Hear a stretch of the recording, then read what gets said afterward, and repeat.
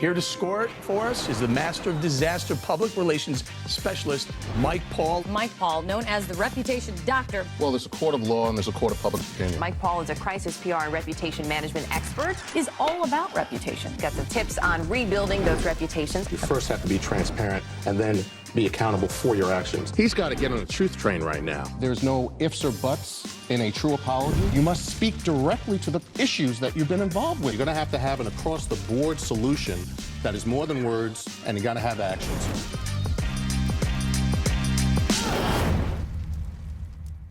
Well, welcome to Reputations in Crisis. My name is Mike Paul. Let me tell you about today's guests.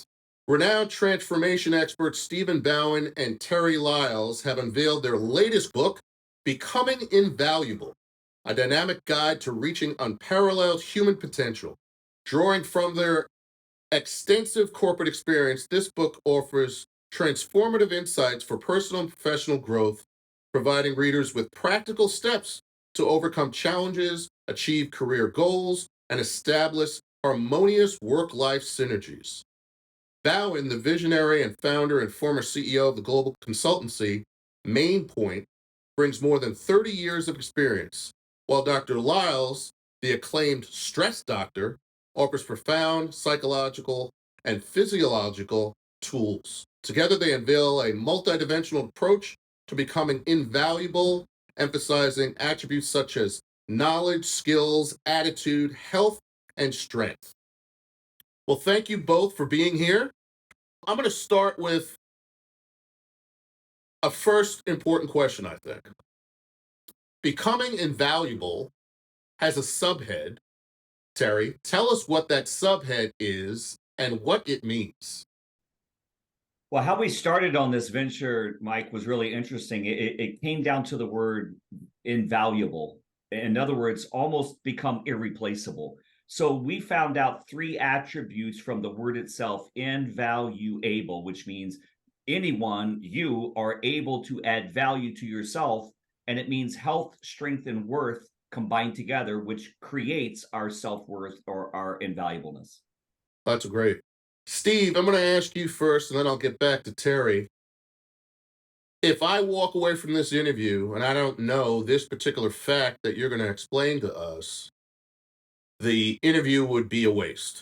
What is the one thing that you want to make sure that we understand at the top of the interview if we were to read the book? There's a lot in it, but what's the most important tip or tool that from your view that we must understand from the book? I love the question, Mike, because there is one thing that I hope that people get out of this book, and that is to understand by investing in yourself, you make the most important, the single biggest investment you make in your entire life. And that's what people don't keep in front of them many days. And that's what we hope they walk away with, and learning how to do that. So let me be very specific. There's a million different ways of investing in self. From your book's expertise, what particular area of investment are we talking about? Well, we're talking about investing in a number of different attributes. Actually, we identify 5 different personal attributes to invest in. I'll just highlight 3, and I'll let Terry highlight 2. The 3 I would highlight is knowledge, which is what you need to know to do what your job vocation is. Skills, which is what you do with what you know. And attitude is how you feel about what you do. And focusing on the development of those 3 fundamental attributes changes our perspective on ourselves. And in fact, if you think about it, if our knowledge and skills aren't well developed enough, we actually take away from our own attitude in terms of how we feel about ourselves. So with that kind of ties over to our health and strength piece, Terry. Yeah, and that's the other quadrant. So we have health, strength that creates this process that we call self-worth, which is this invaluableness. So health and strength, mind, body, health, mind, body, strength. And the caveat is you can have strength, but if you don't have flexibility, you're crippled. So we talk about what is flexibility mentally, emotionally, spiritually, physically. That's why there's wars, rumors of wars, That's why there's political uprising, because we're not always flexible on what you believe versus what I believe. So we address how to have strength and health, but also have flexibility to go between what you may not totally understand or believe, but are willing to have tolerance for. So, perfect segue to a hypothetical question. I'm a CEO of a Fortune 10 company. I'm feeling the pressure from my employees, partners, shareholders all over the world that this thing called the Israel-Hamas war needs attention, and I can't just sit on the sidelines. I've tried, but the pressure is too hot now. I have to say something on behalf of the company. What's your advice to me? And I'll start with Steve first, and then we'll go to Terry. I would simply say to that CEO, if they truly are a global company and he feels that or she feels that pressure to speak to address this issue, is very simply put, our job in the of their company is to do what we do. It's not to pass judgment on Hamas or to pass judgment on Israel or anyone else, quite frankly, in the world. It's for us to focus on what we're all about at this company. It's to focus on our teamwork. And most importantly, if you focus on yourself, then you focus on developing that value and you add to what we're all about and you make things better what and where you can. And that's how I would simply put it. So let me throw in another variable, Terry. That's not what I'm talking about. I am Jewish. I have family in Israel. This pain is real. I know people that have died. I'm not talking about products. I'm not talking about traditional marketing. I'm not even talking about traditional gains as a shareholder. I'm saying I'm your employee. Oh, and then I get interrupted. Somebody else wants to chime in. I'm Muslim. I have people that have died too. You're talking about hostages on your side from a Jewish perspective. I'm talking about children and mothers who are related to my family that have died, that were living in Gaza, who believe they don't have a home anymore and that they might not ever be able to come back. And my pain is as equal to yours as a Jewish person, as someone that has a Muslim and Palestinian background. And what I've been hearing on the news lately is everything's all about Israel. I can't focus on work. I'm your employee, and I want you to chime in to say something, because I've heard some companies already give their opinions. I've heard some companies even get in trouble for that opinion. I've heard some companies are getting in trouble for just sitting on the sidelines. I'm telling you in an email that's coming from a number of different employees in the hundreds that these are our backgrounds. We work for you. Maybe you didn't know who we were before. You certainly know who we are now. We're part of your company. And you keep saying you want to treat us like family. Well, Dad, what's your answer? Well, I think it's humanity. I mean, listen, war is ugly. You know, there's always 2 or 3 sides to war. War is another means of politics gone wrong. So it is what it is. And if our employees are human beings and not bots, I care about all of you. So it's about, listen, I sympathize whether you're Israeli, Palestinian, whether you're just in the middle and you have both sides. Listen, if a company wants to be a political standard, then they make that choice. Maybe they're a Jewish company. Maybe they're a Christian company. Maybe they're a Palestinian company. Maybe they're just a global company. I think we say, look, we got your backs. We love you as our employees. We're here to help you, support you, listen to you, and we'll share that message. We just don't need to take a side necessarily unless it literally impacts what we're doing, like our business is being kicked out of that war zone. That's a different story. You know, I spent 3 months at ground zero. So you know what? Who was at fault?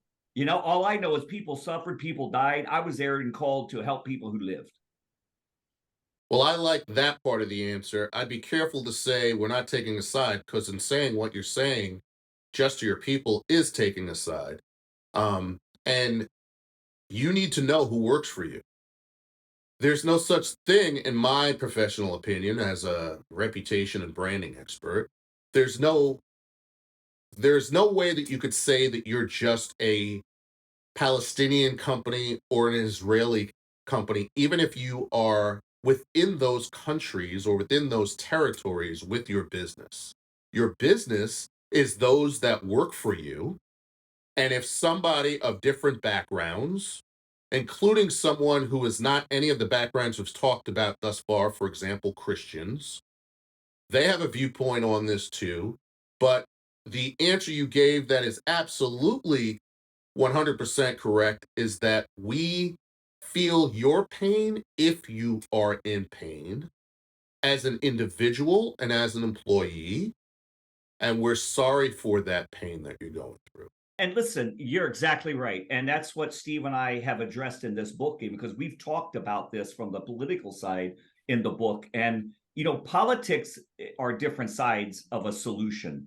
And we converse about this, about I, we, and it. I is the individuals, we are the teams, it is the organization, the country, the movement, the sport team. I don't care what your it is. That's the overall organization. I think we've become so I focused and narcissistic, we have forgotten what the it is. It's our organization. It's our community, whether our company, our neighborhood, our nation, nations at large. And so many people, we just focus on I. That's the world we live in now. And you know what? There's an it involved. We are teams. So I think we have to consider the it and that we are all a part of the it. We're a global community. How do we survive and thrive together? And it's ugly. Listen, this is ugly. But how do we find ways between racial wars, divisions of religion, wars and rumors of wars that keep happening? Hey, listen, it is what it is. How do we find ways to find common ground? And if we can't, we're still people. Here's what I see that people ignore all the time. People ignore that, whatever the group is, if they're truly operating from a purpose and a set of values that has alignment, this is what we address in chapter 3 of our book, Becoming Invaluable. If they're truly operating from that perspective and helping themselves to actually improve their value in the world, who are we to judge whether they're right or wrong? I don't think we can in today's world. I think you have to accept and you choose what team you want to be on. So if you have yourself, the I culture that Terry's talking about, if you have yourself aligned and you choose a team to be on and you become part of an it, then that's how you live and that's what you choose. And if you're operating in that fashion and contributing back to the world, who are we to judge one way or the other? And as a leader of a company, what I see many leaders do is they take a side. And they take a side that they think advantages themselves, their shareholders, their revenue, and it's the wrong side to take. The right side to take is humans are difficult, and we have to find a way to coexist. And that's what we hope to help by helping everyone contribute greater value to the world. Well, that is so profound because everything you just talked about is now measurable, right? We can measure the impact of, for example, not having excellent EQ skills. Well, what is that? Emotional intelligence. Well, what is that? I'll tell you this, every topic we've talked about thus far on this program is deeply, deeply, deeply emotional from a crisis and stress perspective. And here's what happens in my business. I'd love for you guys to answer back to this. When the equation that I talk about with clients from a crisis perspective is fairly simple. If this deals with business, this deals with sports, this deals with politics, it deals with NGOs, this deals with individuals and organizations. And by the way, brands are people, not buildings and graphics, right? One of the biggest rules I utilize in my business, and it sounds like it's at the core of your book as well, is when there's an emotional crisis, you have to have an emotional solution. Now, what's the opposite of that? Having a boilerplate response from a corporate perspective, for example, that means nothing. And I won't just say that. I'll put data up on the board of competitors in their space. I'll put data on their board of a top Fortune 10 company. I'll put data on the board of some of the best successful those organizations that follow the best practices approach to doing things that are considered some of the best brands in the world. Not just an opinion, I've got to back it up with evidence. How do you do so from a Willitude perspective? What is Willitude? And then how do you measure it? Because if the goal is to be invaluable, measurement has to be involved with your solutions. Terry and I developed this concept of the human capital equation, which we show in a triangle. And one side of it is Willitude, and the other side is navigation. And Terry kind of takes the navigation, I kind of take the Willitude. So Willitude is simply the formation of two words, will and fortitude.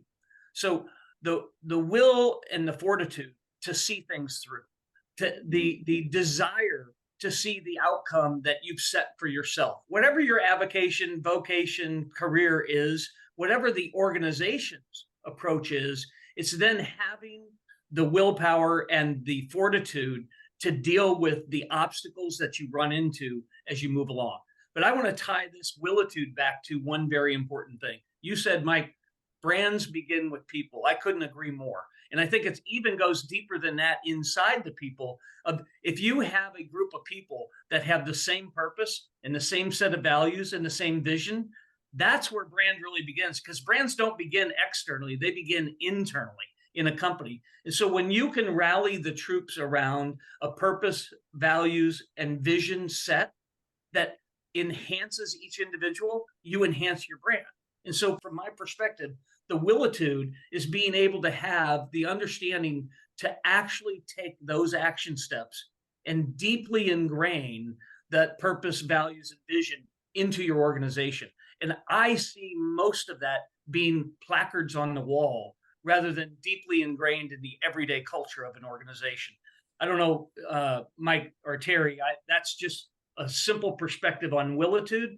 And then it ties to the ability of the organization to see it through. Terry, what's your opinion of Willitude? And can you give us a tip that's tied to it that's helpful from the book? Well, Steve and I, like I said, we created two words, Willitude and Naviate. So my opinion is the same as Steve's on Willitude. You have to have a willingness, an I will attitude to be able to accomplish anything. And that's what invaluable means. In is me. I have to create value for myself, my team, and my organization. Navigate is the other word up the triangle. So on one side of the triangle, we have Willitude. The other side, we have navigate. And that's how you become health, strength, and worth at the top.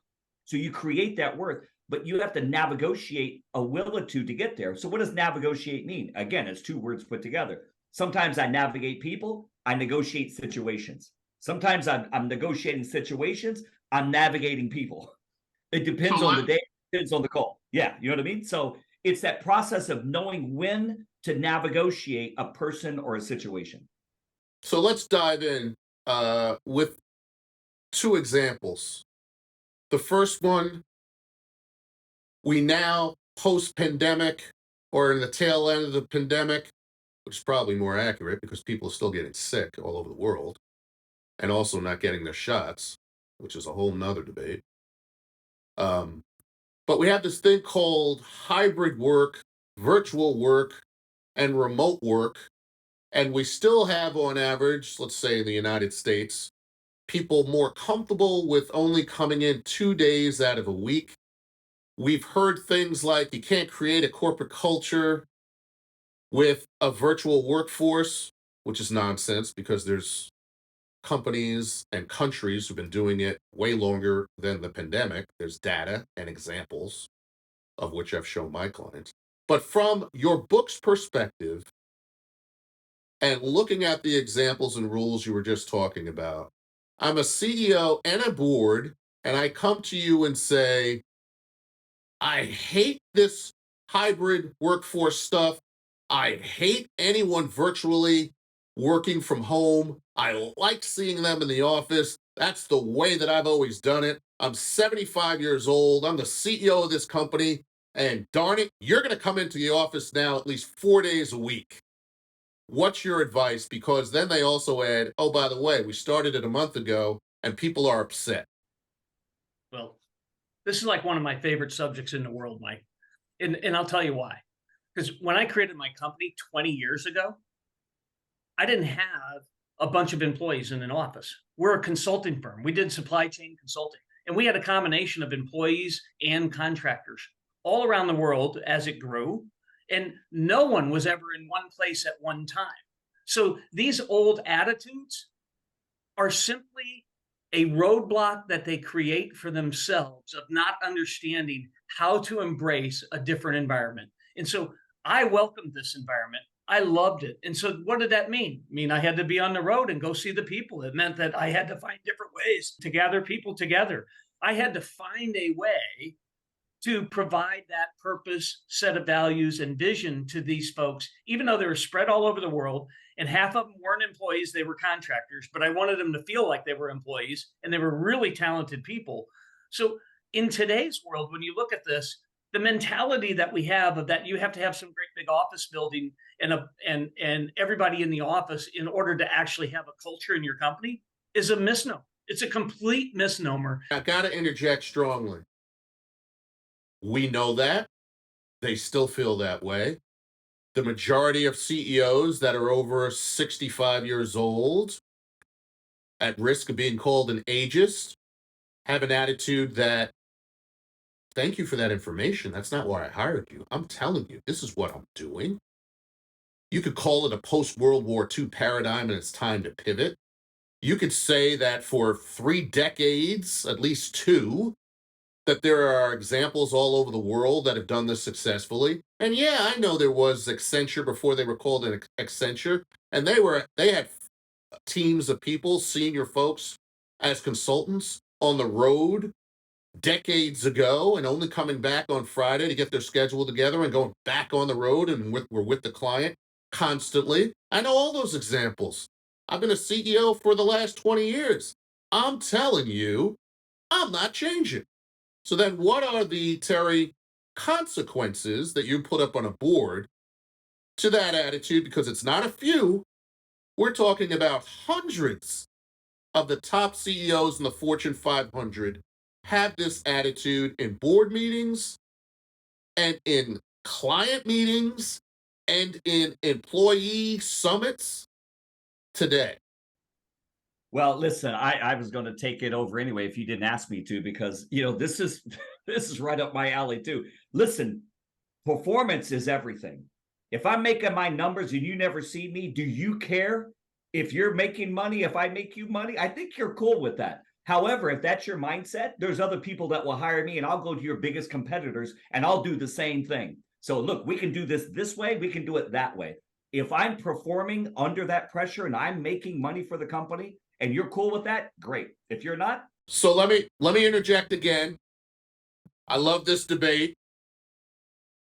The data says clearly across the industry, across the world, those that had to pivot, which was everybody, because office towers were shut down.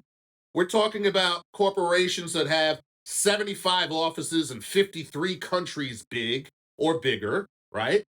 And the data came back clearly after several years of the pandemic. Oh my gosh, we're making money. We've got lights on in buildings that are empty, and we're still making money. How is that? Let's peel back the data. Oh, people are getting up at 6 o'clock in their underwear with their own phone or their iPad, and they've already begun work. They're not on a train. Oh, they're not commuting in an hour and a half. Oh, they took a half hour to bring their kid to school, and they still had 2 hours work done before 9 o'clock in the morning. And listen, that's an it problem. That's not an I or a we problem. So if the organization is paying too much lease for a building that's now antiquated, that ain't my problem. You pay me to produce, I produce, you use the money however you like. I train professional athletes and you either won or you lost. It's W or L. Here's a big factor that gets added. We want you to shut some of those offices or get smaller spaces because all of us have families and we need you to pay more for childcare. Because if you want me to continue to be effective and produce and be invaluable, you've got to pivot with the expenses from those buildings. I don't even need the credit anymore for my monthly commuter ticket to get on a train, thank you, whether it's subway or major public transportation, don't need it, but childcare is through the roof. What say you from a becoming invaluable perspective for corporate directors today, from a stress management perspective, and from some of the tips from your book? Give me the top tip to help these corporate directors that's tied to a tip or rule from your book, and how to best handle the amount of risk they personally and enterprise-wide are putting on shareholders and stakeholders. I have a very simple message for any of the board members, and call me an ageist right along with you, Mike. We have the same darn problem with the United States of America. We're potentially looking at a couple of octogenarians as our president, and they're out of touch, okay? They're out of touch. And I don't care what you say. If you look at what a 20, 30, 40-year-old knows about the world of cybersecurity compared to what a 50, 60, 70-year-old, forget about any formal programs, forget about education, forget about all of it. There's no comparison. It's absolutely uncomparable. But yet, do you see a 38-year-old on very many boards that is a cybersecurity specialist? You're beginning to see a little bit of it, but not nearly enough. So I'm using your cybersecurity as an example here.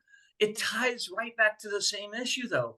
The same issue we were talking about before, about in the office, out of the office, this new work environment, and the preconceived ideas that people have about this. It's the exact same problem. And you know what? People think they have the experience, but until they've done it, they don't really know. So my cybersecurity example is, you might have gone to a seminar, but unless you've been doing cybersecurity for a period of time, several years, you don't really know. Just like if you don't know what it's like to run a company, I did for 20 years with a completely dispersed organization where they don't even come in the office on Fridays, like you were mentioning about bigger firms used to do, where they don't even come in the office on Fridays. Until you've done that and learned how to do it, you don't know how to do it. And so it's time for people to learn. And that, I don't care what your age is, you have to learn. So that's from the kind of board perspective, Terry. Boards, shifting paradigm, post-World War II paradigm, dying. Office towers, dying. Commuting, dying. Huge impacts to corporate life for anyone working in a global or national or regional corporation. What is the advice that you give those corporate board directors today that has an impact from some of the tips from your book? Chapter 7, open your mind. Open your mind and create self-worth, not just for you, but for your I, we, and it, for your organization. And if it takes a 40-year-old on the board or a 30-year-old who has the most experience, male, female, white, black, Hispanic, Asian, who cares? We need information. The world is being jigged right now by understanding that no matter where you've come from or what you have experienced, that may not be enough. You know, I train race car drivers and they need spotters because they can't turn their heads and they look through a mirror this big on the sides and they can't see what's behind them. So the spotter's telling them what's in their blind spots. Most boards I've been on and you've been on and Steve is on, listen, they don't know what their blind spots are. And our job as consultants and being invaluable and becoming invaluable is saying, look, you may have a blind spot. You pay me to tell you, you can do what you want. You know what I mean? So I'm married. If I don't understand, I've got a young child, you know, that's in school. If I can't figure out my phone, I hand it to him. He hands it back to me. He already figured it out. He just got a raise. I don't have to read the book. He just figured it out. You know what? Let's gift people what they're good at, because none of us grew up with technology at that age. Our kids today are growing up with technology from infancy. They're holding a phone. They're doing computer work. I think the cultural change has to be in boardrooms of America and across the world is look at what Silicon Valley did 20 plus years ago. All these young guys in blue jeans and t-shirts and people laughed at them. What do they know? Well, you know what? I don't know, but they made a lot of money. And I was just there a couple of weeks ago and they're still doing really well. So it's a mindset, like you said, it's this change that has to happen. We address that in the book. that if you're not willing to reach beyond what you know, you can't become invaluable because you don't know what you don't know. In chapter 5, where we talk about knowledge and skills, why a board member needs to open up their mind to the different ages, the different ethnicities, whatever it might be that is needed in that corporation, because how we accumulate our knowledge and how we accumulate our skills come in multitudes of ways. And you need those exposures for the companies, for the boards, for the different disciplines within those companies. And that's what we explain in the book is how do people actually go about accumulating this knowledge and skill, which can really assist in these situations. Gentlemen, powerful stuff. Thank you so much for being on Reputations in Crisis. Let's hope people listen to these tips so that they don't continue in crisis, because sadly, there are a lot of leaders in various sectors who need this great advice that's in your book. Thank you.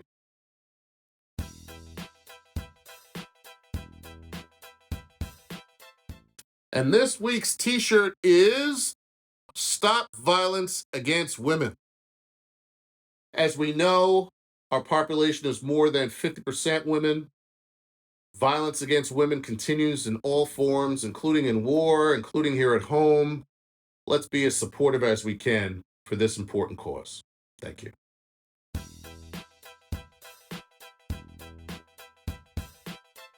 The authors of the book, Becoming Invaluable, certainly had some important messages for us today.